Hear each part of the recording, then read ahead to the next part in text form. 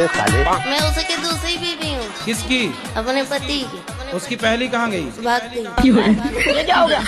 तो आप काहे चली गई उसके पास भाग के? मेरी माँ ने तो मना की थी, 14 साल की उम्र में ही शादी हो गया। तो आप 14 साल की उम्र में जिद करने लग गई कि मुझे करना है शादी? हाँ। कभी कभी मन हुआ ना, मरने के लिए बहुत सारी दवाइयाँ खाई, बहुत कुछ किया, पर मोती नहीं आता है। अरे मिलावट है आजकल दवाइयों में, जहर में भी मिलावट है। आदमी जहर खा के मर ही नहीं रहा है। इसका कारण नरेंद्र मोदी।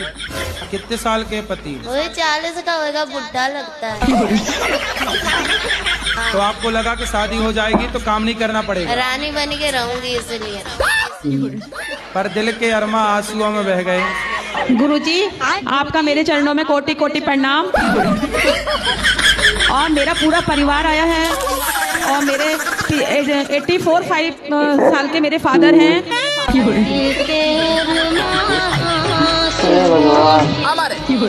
हमारे भैया हमारे प्रणाम मत।